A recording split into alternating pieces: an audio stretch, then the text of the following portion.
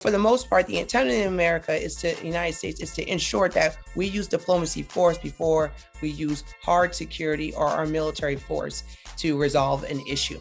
Hey, Grio fam, it's Gerren the Gaynor, White House correspondent and managing editor of politics at theGrio. And I'm here with Asha Castlberry-Hernandez, who is a national security strategist and the founder of the Diversity in National Security Network. Asha, welcome to theGrio. Pleasure to have you. Thank you. Thank you for having me. So as you know, the whole world is concerned and talking about some recent events involving Chinese balloons and unmanned objects flying in our airspace. 4 objects were shot down, including that balloon. There's still not a lot of information about the 3 unmanned objects that were shot down by U.S. jets. But based on your national security expertise, how concerned should we be about these objects? Yes, thank you for the question. We should be concerned. If you look at, like, as you mentioned, the recent activities, the first one, especially with the Chinese balloon flying in a high altitude in our airspace, collecting data or intelligence on us, more specifically, electronic communications sensors, is quite concerning for the American people. And it's also reflective of offensive tactic from the Chinese, or more linked to the People's Liberation Army, also known as the Chinese military. And it's also a violation of our sovereignty and international law. So we should be concerned overall. And right about now, as far as moving forward, the American people should definitely continue to monitor the situation. In fact, the U.S. did a good job just based on the first incident, being able to continue their reconnaissance in our airspace, coming to encountering 3 unmanned objects and shooting them down with the F-22s, using some great ground radar, excuse me. So I think that for the most part, we need to continue to monitor the situation and continue tough but healthy diplomatic relations with the Chinese to address this issue. There was a recent report that said that U.S. intelligence officials are now concluding that they believe that the Chinese spy balloon was initially moved over to U.S. North American airspace because of the wind, but that they do believe that the Chinese were actively, once it was over our airspace, were actively trying to collect intelligence. They called it partly accidental. Does that change anything at all, in your opinion? No, it's still corroborating that they've collecting data or intelligence on us. This is not the first time, and it probably won't be the last. We've seen these concerns prior to this incident, like, for instance, in the usage of TikTok. That's been a discussion for quite some time because we were worried about our near-peer competitors like China and Russia collecting data on us. So moving forward, again, this is a major concern.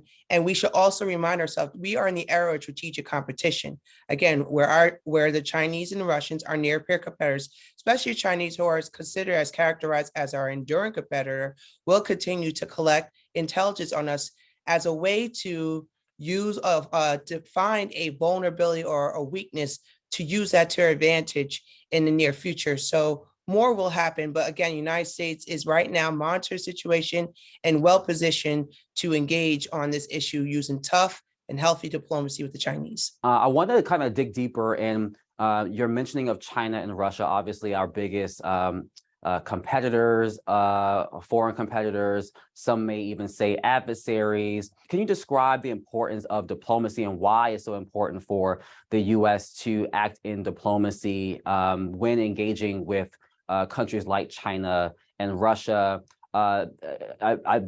There's a term called hybrid warfare that has been coming up in the midst of this news. Could you talk a little bit more about hybrid warfare and why diplomacy is so important? Yes, thank you for that wonderful question. Well, diplomacy matters, especially since post-World War II, where we built up international organizations like the United Nations to ensure that the world does no longer engage in major conventional warfare, where we're not engaged with warfare that kills millions of people, that we rather use diplomacy and talk about the issue and resolve it through dialogue than actually use through force. So I think that for the most part, that is what we want to do. It is in our strategic interest. Plus, if you look at it, since 9/11, for 20 years, we were at war against terrorism. So going to war again with a state actor like China and Russia is not necessarily in our strategic interest. So we want to maximize all our diplomatic tools as much as possible to ensure that whatever issues we have with the Russians and the Chinese, that we address it effectively. Now, sometimes that is going to require hard security, like what we're seeing in Ukraine, where we're providing military assistance to the Ukrainian security forces. And sometimes it involves soft security issues too, like sanctions. But for the most part, the intent in America is to the United States is to ensure that we use diplomacy force before we use hard security or our military force to resolve an issue.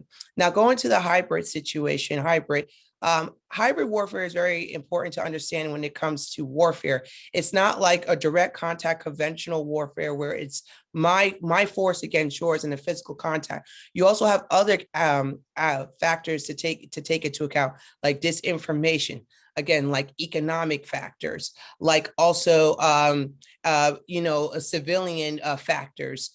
In terms of how the local population plays a part. So it's so many different factors that play a part in terms of how warfare is conducted, and not the traditional physical contact, move by force conventional warfare style. When the Chinese balloon and unmanned objects being shot down became such a heavy topic in the news, obviously social media has a mind of its own, and many people react in real time. There were also conspiracy theories that were birthed from this news story, even the belief that these objects could be extraterrestrial, something that White House Press Secretary Karine Jean-Pierre and other government officials, Biden officials, have said that there's no evidence to suggest such a thing. What do you make of these conspiracy theories, and how can we as the media, what do we make of this moment? How do we respond in this moment to kind of respond to this public query? Yes, thank you so much for that question. It is a difficult approach, because we're in the information age. There's so much information flying around, and sometimes people don't know what to believe. But definitely believe in the administration when it comes to providing, accurate information on what is going on. And our press secretary is correct that it's not true.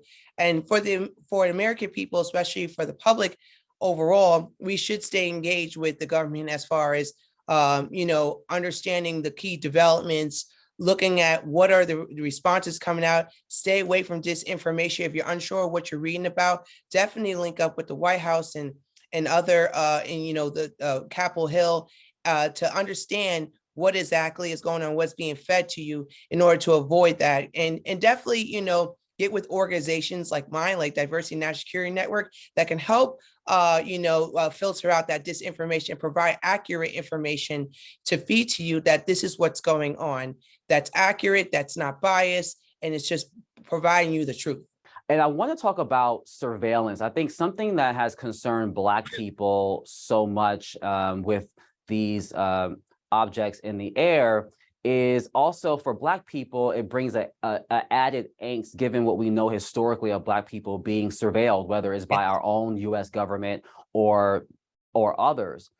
Could you speak to that? Do you think that that's a reasonable conclusion when we think about Black people and surveillance, and maybe why for Black people this is a little bit more terrifying than perhaps others? Of course. I mean, if you look at historically, especially going back to FBI Director Hoover, who has, been involved in surveilling the Black community all the way into, later on racial profiling. Yes, surveillance has been just a horror for the Black community. But when you also look at, how this applies now, we want to think broader here.